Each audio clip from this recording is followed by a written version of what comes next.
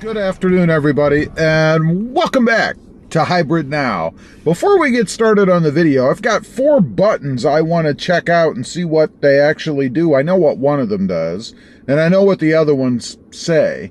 But before we do that, kind of experimenting with a new camera setup, if you will, inside the car. Got a little holder, kind of checking it out. I'll show you a picture here of what or where you guys are.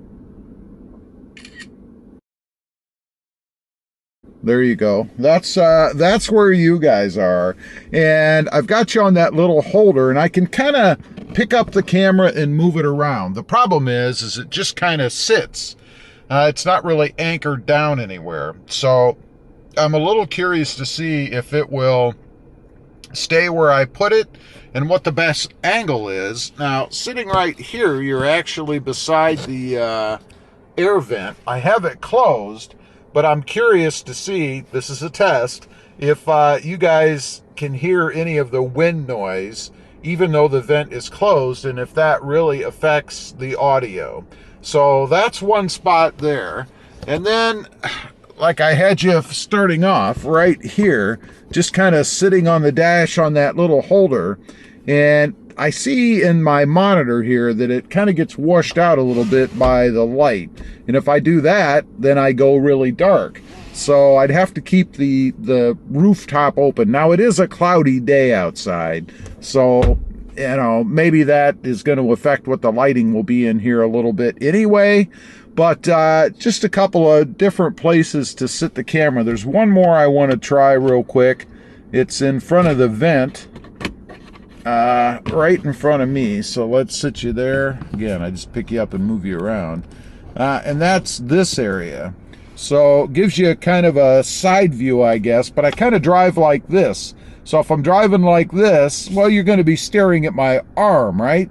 So that's not really what I'm looking for. But anyway, enough of that. Let's move on to these buttons.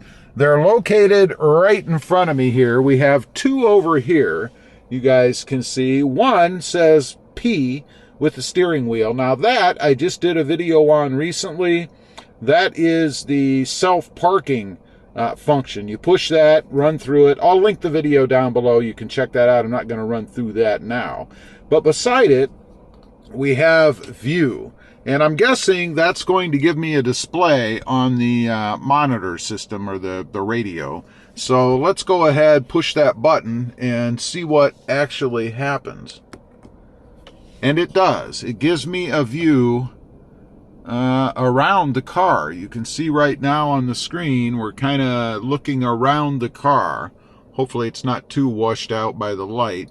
And then a above view. Now if I hit it again, what happens? It just goes back to normal radio.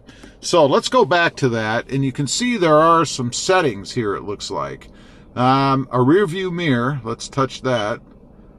And that's going to give me, I don't know, kind of a bubbled round look at where the car is, kind of a 360-degree view. That's kind of cool. I kind of dig that. That will let me know where I'm at, I guess.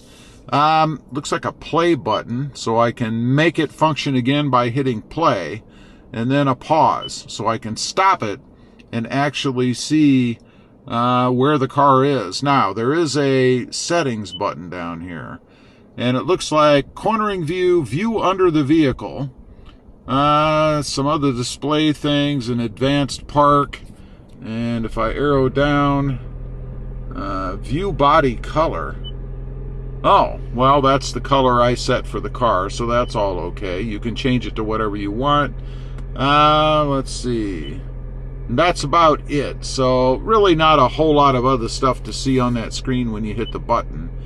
But again, that's a pretty cool little feature. Hit the button and you can see, I guess, all around the car. Now, if I hit the X, is that just going to stop it? Yes. So that's what this view button is, and it is kind of hidden behind everything here. I mean, if you don't pay attention or know it's there, your steering wheel can even block it, so you don't even know.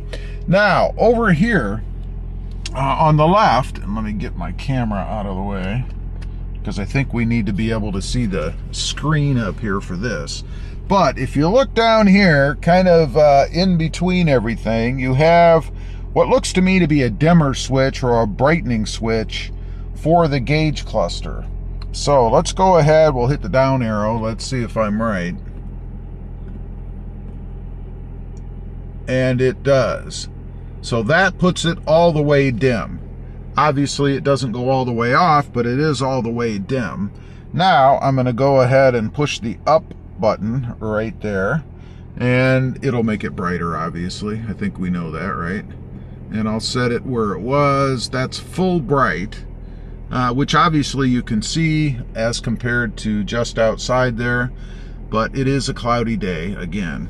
And then I'm curious, in the center, there is another button, looks like a button here. If I push that, it's not a button. It's just an indicator or a direction, I guess, as to what these are for. Now, I just noticed, and honestly, I didn't notice this before, right beside these buttons is another button. It says odometer trip. So I'm guessing if I push that, it's going to reset the trip meter on here. Now, I don't really want to do that, but for sake of the video, I'm going to go ahead and do it anyway. So I'm going to push the button. Let's see what happens on the screen. Oh, it does not reset. It might if I hold it down, but it's showing me information. Right there is the mileage on the car, 537.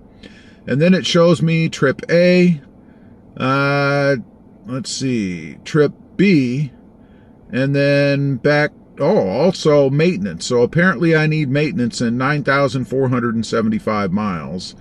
And that would be going with Toyota's 10,000 mile suggested oil change and maintenance, I suppose. I'm going to go back here to just the mileage on the car.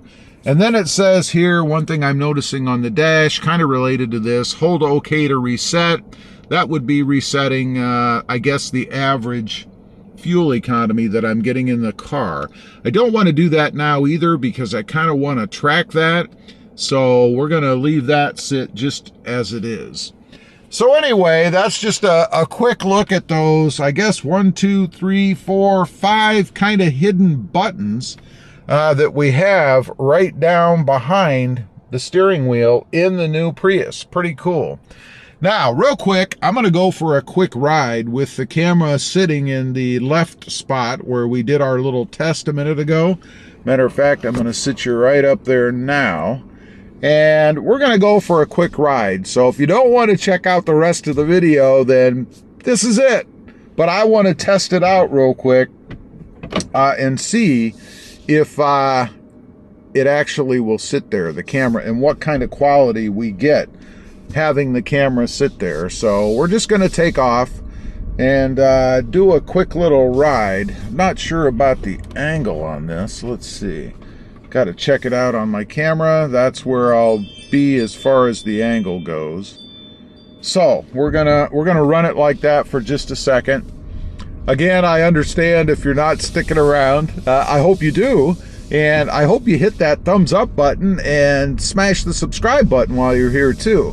But we're just gonna take a quick test. I'm gonna close the sunroof. I want to see if it makes it too much darker in here for me. And it definitely makes it darker. So we're going to open that puppy back up. And I'd like to get on the road and see if we have any movement of this camera. It's actually a pretty slick little setup. I mean, if you're a YouTuber or maybe you just want to shoot video of a trip or something, this Insta360 camera is pretty darn awesome. Not the cheapest thing in the world, I will say. It'll cost you a few bucks, but seems to do a really good job. I'm really happy with it myself. Here we've got a couple of bumps. Camera is not moving at all. Perfect. I dig it. Anyway, I'm going to cut it off here.